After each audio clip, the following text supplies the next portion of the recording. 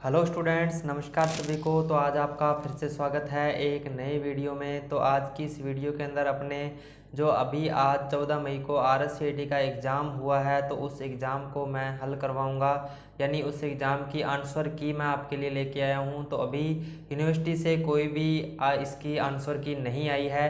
ये जो आंसर की है वो हमारे इंस्टीट्यूट के द्वारा तैयार की गई है। तो आज की इस वीडियो के अंदर अपने इस पेपर को हल करेंगे। तो अब आपने वीडियो को पूरा देखना है और आपके कितने क्वेश्चन सही हो रहे हैं तो वो भी आपने कमेंट सेक्शन के अंदर ज़रूर बताना है। तो आज की इस वीडियो को अपने स्टार्ट करते हैं। तो मैं राकेश वर्मा आपका स्वागत करता हूं आपके अपने यूट्यूब चैनल संस्कार कंप्यूटर सेंटर में। और अभी तक आपने अगर चैनल को सब्सक्राइब नहीं किया है तो चैनल को सब्सक्राइब कर लीजिए, क्योंकि RSCET एग्ज़ाम से रिलेटेड मैं आपके लिए डेली नई नई वीडियोज़ है वो लेकर आता रहता हूँ। तो आज की इस क्लास को अपने स्टार्ट करते हैं। तो आज का जो पेपर का पहला अपना जो क्वेश्चन है वो है, एनिमेशन जैसे प्रभाव होते हैं जब आप MS पावरपॉइंट 2010 में स्लाइड शो के दौरान एक स्लाइड से दूसरी स्लाइड पर जाते हैं। तो यानी एनिमेशन जैसे प्रभाव क्या होते हैं जब आप MS पावरपॉइंट 2010 में एक स्लाइड से दूसरी स्लाइड के ऊपर जाते हैं। तो इसमें आपको ऑप्शन नंबर ए दिया हुआ है कंट्रोल इफेक्ट है, बी नंबर ऑप्शन है bar graph, C number option slide transition है और डी नंबर ऑप्शन है स्लाइड बैकग्राउंड। तो इसका जो राइट आंसर है वो हो जाएगा स्लाइड ट्रांजिशन, यानी जब अपने एक स्लाइड से दूसरे स्लाइड पे के ऊपर जाते हैं तो वो क्या कहलाता है, स्लाइड ट्रांजिशन कहलाता है। तो इसका राइट आंसर आपका ऑप्शन नंबर सी हो जाएगा। तो इस वीडियो के अंदर मैं आपको जो सेट बी है वो हल करवा रहा हूँ। बाकी चारों सेट के अंदर क्वेश्चंस जो होते हैं वो सेम ही होते हैं, बस उन्हीं क्वेश्चंस को आगे पीछे करके दिया हुआ होता है। तो आप बाकी के जो सेट है उनका आप मिलान खुद से कर लीजिएगा। तो अभी इसका जो राइट आंसर है अपना ऑप्शन नंबर सी हो जाएगा। उसके बाद नेक्स्ट क्वेश्चन है अपना, ईमेल में स्पैम किसे कहते हैं। ईमेल में स्पैम किसे कहते हैं तो ये आपने बताना है। तो स्पैम क्या चीज़ होती है, तो इसका जो राइट आंसर है वो हो जाएगा ऑप्शन नंबर ए, इसे जंक मेल या अवांछित ब्लैंक ईमेल के रूप में भी जाना जाता है। ईमेल द्वारा कई प्राप्तकर्ताओं को भेजे गए लगभग समान संदेशों से जुड़े इलेक्ट्रॉनिक स्पैम का एक सबसेट है। यानी स्पैम क्या होते हैं, कई बार अपने ईमेल पे कुछ अनचाहे संदेश आ जाते हैं जो अपने न चाहते हुए भी और अपने किसी भी काम के नहीं होते हैं, तो उनको स्पैम बोला जाता है। तो इसका जो राइट आंसर है आपका वो हो जाएगा ऑप्शन नंबर ए। और आपने इसका आंसर क्या किया है तो ये भी आपने कमेंट सेक्शन के अंदर जरूर बताना है। उसके बाद नेक्स्ट क्वेश्चन है अपना, निम्नलिखित में से कौन सा एप्लीकेशन सॉफ्टवेयर डेटाबेस प्रबंधन सिस्टम से निकटतम संबंधित है। यानी कौन सा एप्लीकेशन सॉफ्टवेयर है जो डेटाबेस प्रबंधन सिस्टम के निकटतम संबंधित है, तो ये आपने बताना है। तो इसमें आपको ऑप्शन दिया हुआ है MS Word, B number option है MS एक्सेस और C number option MS Excel है और डी नंबर ऑप्शन आपका MS पावर पॉइंट दिया हुआ है। तो डेटाबेस प्रबंधन यानी डेटाबेस प्रबंधन के लिए कौन सा एप्लीकेशन प्रोग्राम होता है, तो इसका जो राइट आंसर है आपका 3 नंबर का वो हो जाएगा ऑप्शन नंबर बी, यानी MS एक्सेस जो है वो एक डेटाबेस प्रबंधन सिस्टम यानी होता है। तो इसका राइट आंसर आपका ऑप्शन नंबर बी है वो हो जाएगा। उसके बाद नेक्स्ट क्वेश्चन आपका है, 1 किलोबाइट खालिस्तान के बराबर है। यानी 1 किलोबाइट है वो किसके बराबर है, तो ये आपने बताना है। ऑप्शन नंबर आपका ए है 1000 मेगाबाइट है, बी नंबर ऑप्शन 1024 मेगाबाइट है, तो सी नंबर ऑप्शन 1024 बाइट है और डी नंबर ऑप्शन आपका 1000 बाइट है। तो इसका जो राइट आंसर है यानी 1024 बाइट है वो किसके बराबर होता है, तो 1 KB यानी किलोबाइट के बराबर होता है। तो इसका राइट आंसर आपका हो जाएगा option number C. Option number C है वो इसका राइट आंसर हो जाएगा 1024 बाइट। उसके बाद नेक्स्ट क्वेश्चन है अपना, नेक्स्ट क्वेश्चन है वक्तव्य दिए हुए आपको। तो वक्तव्य एक आपको दिया हुआ है, ऑप्टिकल फाइबर डेटा संचारित करने के लिए ग्लास या प्लास्टिक धागे फाइबर का उपयोग करता है और बी जो 2 नंबर वक्तव्य इसमें दिया हुआ है, ट्विस्टेड पेयर तार में क्रॉस टॉक और इलेक्ट्रॉन मैग्नेटिक प्रेरण को कम करने के लिए 2 तारों को एक दूसरे के आसपास मोड़ दिया जाता है। तो इसमें से आपको वक्तव्य दिए हुए हैं 2, इनमें से सही वक्तव्य कौन सा है और गलत कौन सा है, तो ये आपको बताना है। तो इसमें आपको ऑप्शन दिया हुआ है, ऑप्शन नंबर ए आपका है दोनों वक्तव्य 1 और वक्तव्य 2 सही है। बी नंबर ऑप्शन दिया हुआ है दोनों वक्तव्य 1 और वक्तव्य दोनों गलत है। तो इसका जो राइट आंसर है आपका 5 नंबर का वो हो जाएगा ऑप्शन नंबर ए, यानी वक्तव्य 1 और वक्तव्य 2 दोनों ही सही है। तो इसका राइट आंसर आपका ऑप्शन नंबर ए है वो हो जाएगा। उसके बाद नेक्स्ट है अपना ई मित्र पोर्टल के माध्यम से निम्नलिखित में से कौन से दस्तावेज के लिए आवेदन किया जा सकता है। ई मित्र पोर्टल के माध्यम से निम्नलिखित में से कौन से दस्तावेज के लिए अपने आवेदन कर सकते हैं, तो ये आपने बताना है। तो ऑप्शन नंबर ए आपका आधार कार्ड है, B number option driving licence है, सी नंबर ऑप्शन है मतदाता पहचान पत्र और डी नंबर ऑप्शन है ये सभी। तो इसका जो राइट आंसर है वो हो जाएगा ऑप्शन नंबर डी, यानी ये सभी। यानी अपने ई मित्र पोर्टल के माध्यम से आधार कार्ड भी बना सकते हैं, ड्राइविंग लाइसेंस भी बना सकते हैं, मतदाता पहचान पत्र भी बना सकते हैं। तो इसका राइट आंसर आपका ऑप्शन नंबर डी है वो हो जाएगा। उसके बाद नेक्स्ट क्वेश्चन है अपना MS पावरपॉइंट 2010 में वर्तमान स्लाइड से स्लाइड शो शुरू करने की शॉर्टकट कुंजी क्या है।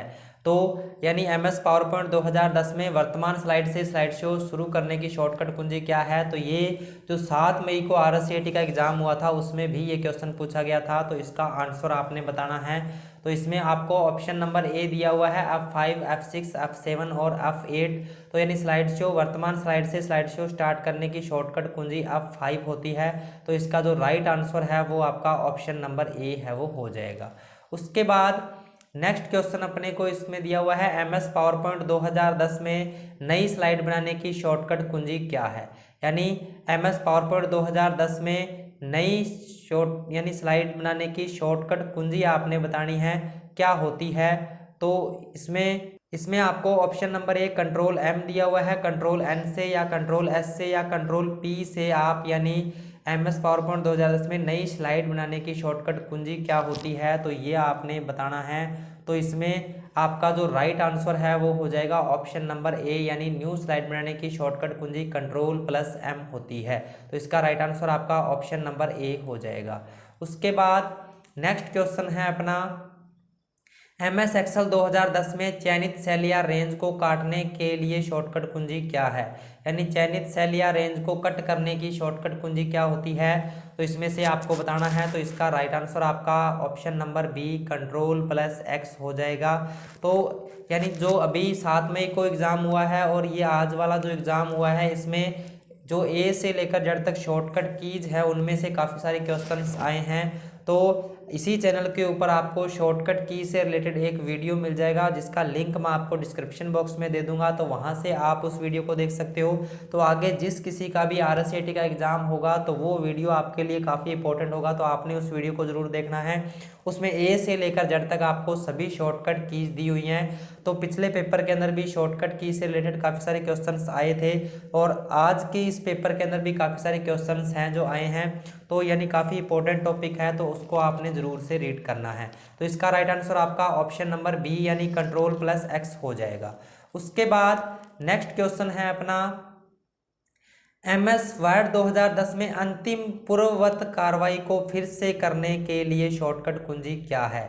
यानी MS वर्ड 2010 में अंतिम से पूर्ववत कार्रवाई को करने के लिए, अगर अंतिम कार्रवाई को यानी वापस से करने के लिए पूछता फिर तो इसका कंट्रोल Z होना था, लेकिन अंतिम से पूर्ववत यानी अंतिम से पहले का ये कह रहा है। तो इसका जो राइट आंसर है आपका वो हो जाएगा ऑप्शन नंबर बी कंट्रोल+Y।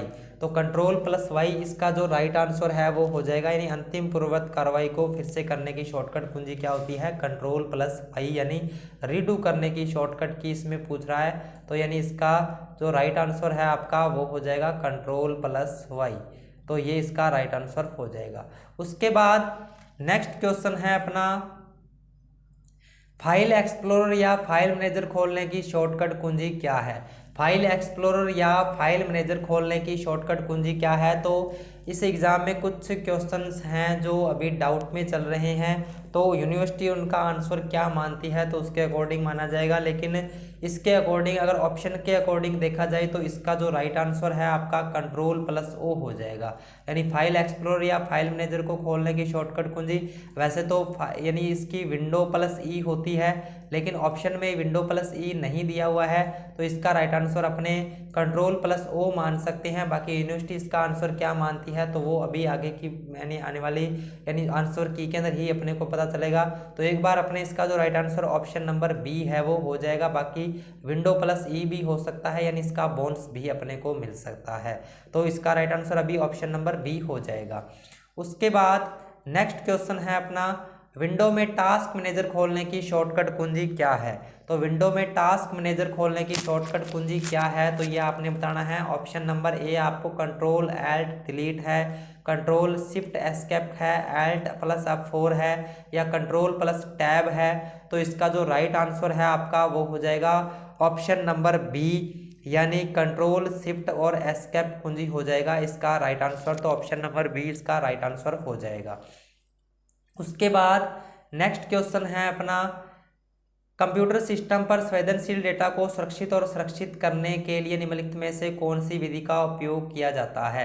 यानी कंप्यूटर सिस्टम में संवेदनशील डेटा को सुरक्षित और संरक्षित करने के लिए कौन सी विधि का उपयोग किया जाता है, तो ये आपने बताना है। एन्क्रिप्शन का प्रयोग किया जाता है, डिफ्रैगमेंटेशन का प्रयोग किया जाता है, स्वरूपण या रीबूटिंग। तो इसका जो राइट आंसर है आपका वो हो जाएगा एन्क्रिप्शन, यानी एन्क्रिप्शन का प्रयोग किया जाता है। यानी संवेदनशील डेटा को सुरक्षित और सुरक्षित रखने के लिए एन्क्रिप्शन विधि का प्रयोग करते हैं। तो इसका राइट आंसर आपका ऑप्शन नंबर ए है वो हो जाएगा। उसके बाद नेक्स्ट है, निम्नलिखित में से कौन सा एक इनपुट डिवाइस का उदाहरण है। यानी निम्नलिखित में से कौन सा एक इनपुट डिवाइस का उदाहरण है, तो ये आपने बताना है। तो ऑप्शन नंबर ए आपको प्रिंटर दिया हुआ है, B number option scanner, C number option speaker और डी नंबर ऑप्शन है मॉनिटर। तो इनपुट डिवाइस का उदाहरण इसमें से कौन सा हो जाएगा, तो इसका राइट आंसर आपका ऑप्शन नंबर बी है वो हो जाएगा। यानी स्कैनर क्या होता है, एक इनपुट डिवाइस होता है, तो यानी ऑप्शन नंबर बी इसका राइट आंसर हो जाएगा। उसके बाद नेक्स्ट है अपने, माइक्रोसॉफ्ट एक्सेल में निम्नलिखित में से कौन सी एक विशेषता है जिसका उपयोग स्प्रेडशीट में डेटा पर गणना करने के लिए किया जाता है। यानी माइक्रोसॉफ्ट एक्सेल में निम्नलिखित में से कौन सी एक विशेषता है जिसका उपयोग स्प्रेडशीट में डेटा पर गणना करने के लिए किया जाता है। तो इसमें से आपको बताना है। ऑप्शन नंबर ए आपको चार्ट्स दिया हुआ है, B number option filters, C number option है फॉर्मूलाज और डी नंबर ऑप्शन है टेबल्स। तो इसका जो राइट आंसर है वो हो जाएगा फॉर्मूला, यानी फॉर्मूले से अपने क्या है, यानी स्प्रेडशीट में डेटा पर गणना करने के लिए अपने इनका यूज कर सकते हैं। तो इसका राइट आंसर आपका ऑप्शन नंबर सी हो जाएगा। उसके बाद नेक्स्ट क्वेश्चन है अपना, निम्नलिखित में से कौन सा एक प्रकार का सॉफ्टवेयर है जिसका उपयोग इंटरनेट ब्राउज के लिए किया जाता है। यानी निम्नलिखित में से कौन सा एक प्रकार का सॉफ्टवेयर है जिसका उपयोग इंटरनेट ब्राउज के लिए किया जाता है। तो इसमें आपको बताना है। ऑप्शन नंबर ए आपका ईमेल है, B number option web browser, C number option प्रस्तुति, डी नंबर ऑप्शन डेटाबेस है। तो इसका जो राइट आंसर है आपका वो हो जाएगा ऑप्शन नंबर बी, यानी वेब ब्राउजर एक प्रकार का सॉफ्टवेयर है जिसका उपयोग अपने इंटरनेट ब्राउज के लिए किया जाता है। तो ऑप्शन नंबर बी इसका राइट आंसर हो जाएगा। उसके बाद नेक्स्ट क्वेश्चन है अपना, विंडो में निम्नलिखित में से कौन सी उपयोगिता है जिसका उपयोग अनावश्यक फाइलों को साफ करने और सिस्टम प्रदर्शन को अनुकूलित करने के लिए किया जाता है। यानी विंडो में निम्नलिखित में से कौन सी एक उपयोगिता है जिससे कि आप विंडो के अंदर अनावश्यक फाइलों को, हार्ड डिस्क में अनावश्यक फाइलों को हटा सकते हैं और कंप्यूटर के प्रदर्शन को अनुकूलित यानी बेहतर बना सकते हैं। तो इसका राइट आंसर आपने बताना है। तो इसका जो राइट आंसर है आपका वो हो जाएगा डिस्क क्लीनअप। यानी डिस्क क्लीनअप से आप क्या है, यानी अनावश्यक फाइलों को हटा सकते हैं और सिस्टम का जो प्रदर्शन है उसको बेहतरीन कर सकते हैं। तो ऑप्शन नंबर बी इसका राइट आंसर हो जाएगा। उसके बाद नेक्स्ट क्वेश्चन है अपना, कीबोर्ड पर फंक्शन कुंजियों की कुल संख्या है। तो कीबोर्ड पर फंक्शन कुंजियों की कुल संख्या कितनी है, तो ये आपने बताना है। ऑप्शन नंबर ए 10 होती हैं, 12 होती हैं, 14 होती हैं या फिर 9 होती हैं। तो कीबोर्ड पर फंक्शन कुंजी की संख्या कितनी होती है, तो इसका राइट आंसर आपका यानी 12 हो जाएगा, यानी 12 फंक्शन कुंजियाँ होती हैं। तो ये इसका right answer option number B हो जाएगा। उसके बाद नेक्स्ट ऑप्शन है, क्वेश्चन है अपना, दो प्रकार के आउटपुट डिवाइस है, यानी दो आउटपुट डिवाइस कौन सी है, तो ये आपने बताना है। कीबोर्ड और माउस है, विंडो 2000 और विंडो एनटी है, फ्लॉपी डिस्क और सीडी है, मॉनिटर और प्रिंटर है। तो इसका जो राइट आंसर है आपका वो हो जाएगा मॉनिटर और प्रिंटर, यानी मॉनिटर और प्रिंटर जो है वो दोनों आउटपुट डिवाइस होती है। तो इसका राइट आंसर आपका ऑप्शन नंबर डी हो जाएगा। उसके बाद नेक्स्ट क्वेश्चन है अपना, MICR में सी के लिए है, यानी MICR में सी का अर्थ क्या होता है, तो कंप्यूटर होता है, कोड होता है, कलर होता है या करैक्टर होता है। तो MICR की फुल फॉर्म होती है मैग्नेटिक इंक करैक्टर रीडर या रिकॉग्नाइजेशन होती है। तो MICR में सी का मतलब क्या होता है, करैक्टर होता है। तो इसका राइट आंसर आपका ऑप्शन नंबर डी है वो हो जाएगा।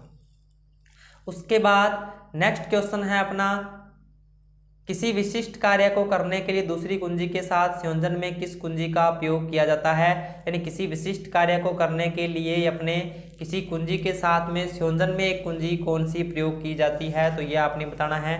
तो ऑप्शन नंबर ए आपको कंट्रोल दिया हुआ है, B number option space bar, C number option arrow, D number option इनमें से कोई नहीं। तो यानी किसी विशिष्ट कार्य को करने के लिए कुंजी के साथ में संयोजन कुंजी कंट्रोल का उपयोग किया जाता है। तो यानी ये इसका राइट आंसर ऑप्शन नंबर ए है वो हो जाएगा, यानी कॉम्बिनेशन की जिनको कहा जाता है। तो ये ऑप्शन नंबर ए है वो इसका राइट आंसर हो जाएगा।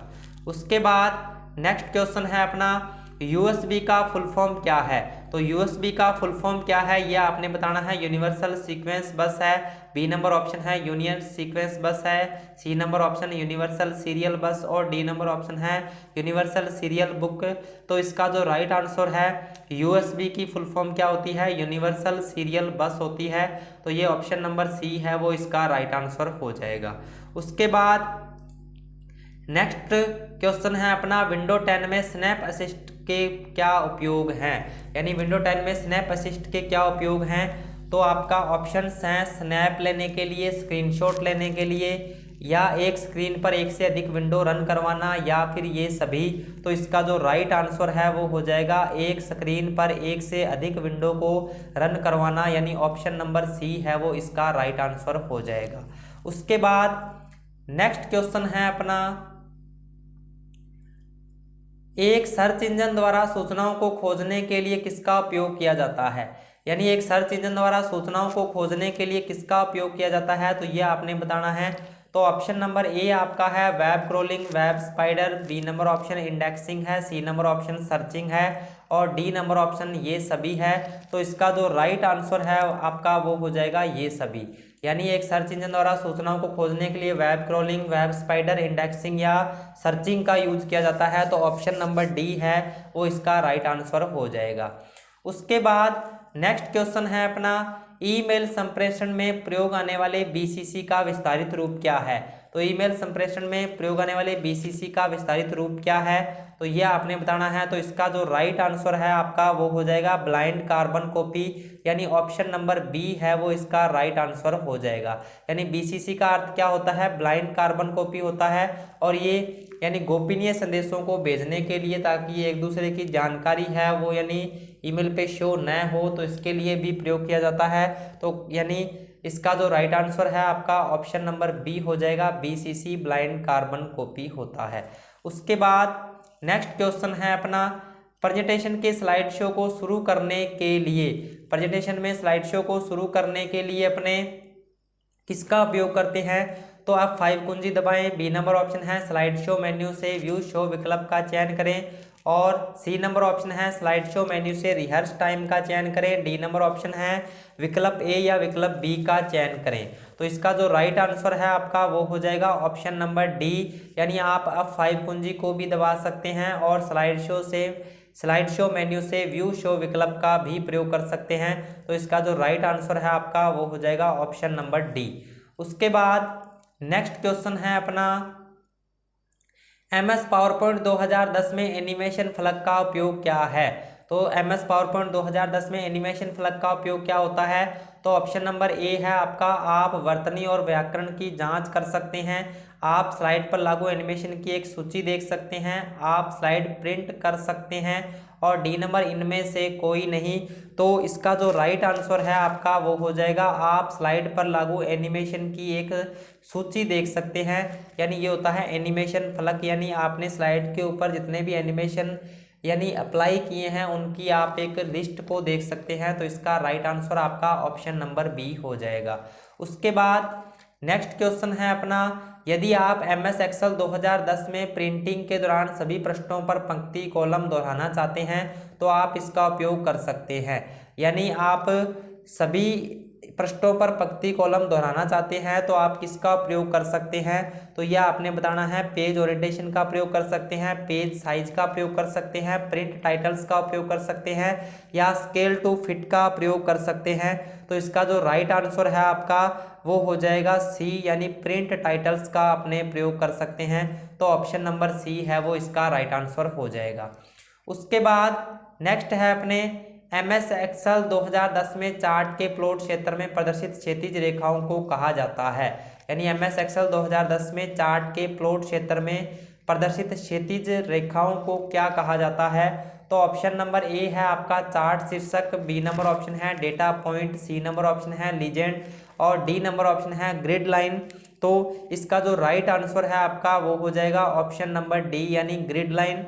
यानी ग्रिड लाइन्स होती हैं यानी जो प्लॉट क्षेत्र में प्रदर्शित क्षैतिज रेखाओं को क्या कहा जाता है, ग्रिड लाइन्स कहा जाता है। तो ऑप्शन नंबर डी इसका राइट आंसर हो जाएगा। उसके बाद नेक्स्ट है अपने MS एक्सेल 2010 में उपयोगकर्ता या तो खालिस्तान व्यू या खालिस्तान व्यू में एक नई टेबल बना सकते हैं। तो दो जगह खालिस्तान से आपको भरना है। तो इसका जो पहला खालिस्तान है इसमें तो आपका जो आएगा वो आ जाएगा डिज़ाइन, और दूसरे खालिस्तान में डेटा शीट आ जाएगा। तो यानी ये जो पूरा यानी क्वेश्चन यानी पूरी लाइन किस प्रकार से बन जाएगी, MS एक्सेल 2010 में उपयोगकर्ता या तो डिजाइन व्यू या फिर डेटा शीट व्यू में एक नई टेबल बना सकता है। तो इसका जो राइट आंसर है आपका वो हो जाएगा ऑप्शन नंबर ए। उसके बाद नेक्स्ट क्वेश्चन है अपना, MS एक्सेल 2010 में सेल एड्रेस का सही उदाहरण क्या है।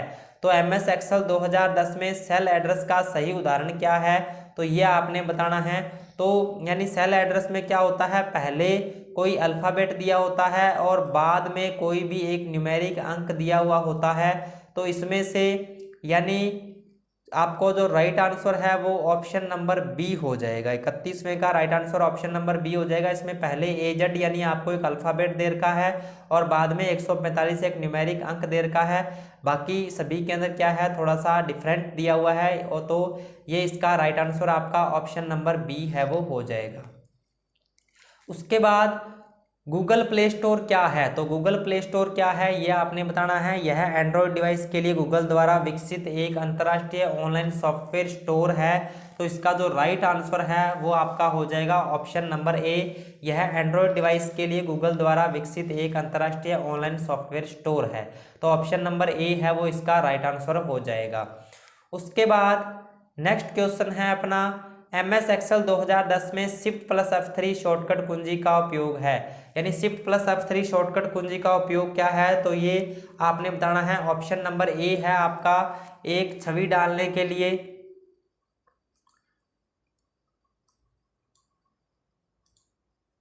ऑप्शन नंबर ए है आपका छवि डालने के लिए, बी नंबर ऑप्शन है एक नई शीट खोलने के लिए, और सी नंबर ऑप्शन है मौजूदा शीट को सेव करने के लिए, और डी नंबर ऑप्शन है फंक्शन को सम्मिलित करने के लिए। तो इसका जो राइट आंसर है वो हो जाएगा फंक्शन को सम्मिलित करने के लिए। Shift+F3 का यूज क्या होता है, फंक्शन को सम्मिलित करने के लिए किया जाता है। तो इसका राइट आंसर आपका ऑप्शन नंबर डी हो जाएगा।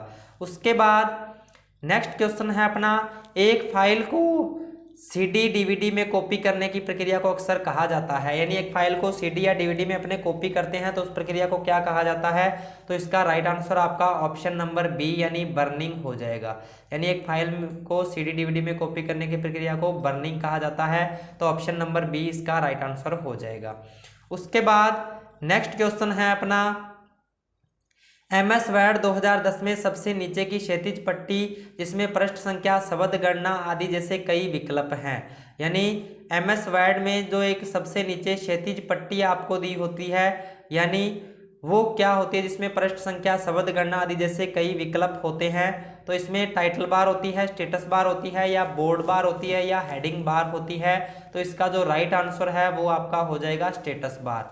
यानी एक क्षैतिज पट्टी जो होती है जिसपे पृष्ठ संख्या, शब्द गणना आदि जैसे कई विकल्प होते हैं तो उसको स्टेटस बार कहा जाता है। तो ये इसका राइट आंसर आपका ऑप्शन नंबर बी है वो हो जाएगा। तो ये थे आज की जो अपने एग्ज़ाम हुआ है उसके कुछ क्वेश्चंस। तो आपको ये वीडियो कैसी लगी आपने कमेंट सेक्शन के अंदर ज़रूर बताना है। और अभी फाइनल कोई भी इसकी आंसर की नहीं आई है, ये जो आंसर की है अपने सेंटर के द्वारा यानी तैयार की हुई है। तो इसमें अभी कुछ क्वेश्चंस हैं, एक दो क्वेश्चंस हैं जो डाउट के अंदर हैं। तो जैसे ही यूनिवर्सिटी की कोई आंसर की आएगी तो मैं इसी यूट्यूब चैनल पे यानी आपके साथ में शेयर कर दूंगा। और अभी तक आपने अगर चैनल को सब्सक्राइब नहीं किया है तो चैनल को सब्सक्राइब कर लीजिए, क्योंकि RSCET एग्ज़ाम से रिलेटेड यानी काफ़ी जो कंटेंट है आपको इस चैनल के ऊपर मिलता रहता है। तो आपने चैनल को ज़रूर सब्सक्राइब करना है और अपने दोस्तों के साथ में शेयर करना है। और अगर आपको हमारी वीडियो पसंद आई है तो आपने वीडियो को लाइक करना है। तो अपने अभी मिलते हैं नेक्स्ट वीडियो में और कोई नए टॉपिक के साथ। तब तक के लिए जय हिंद, जय भारत दोस्तों।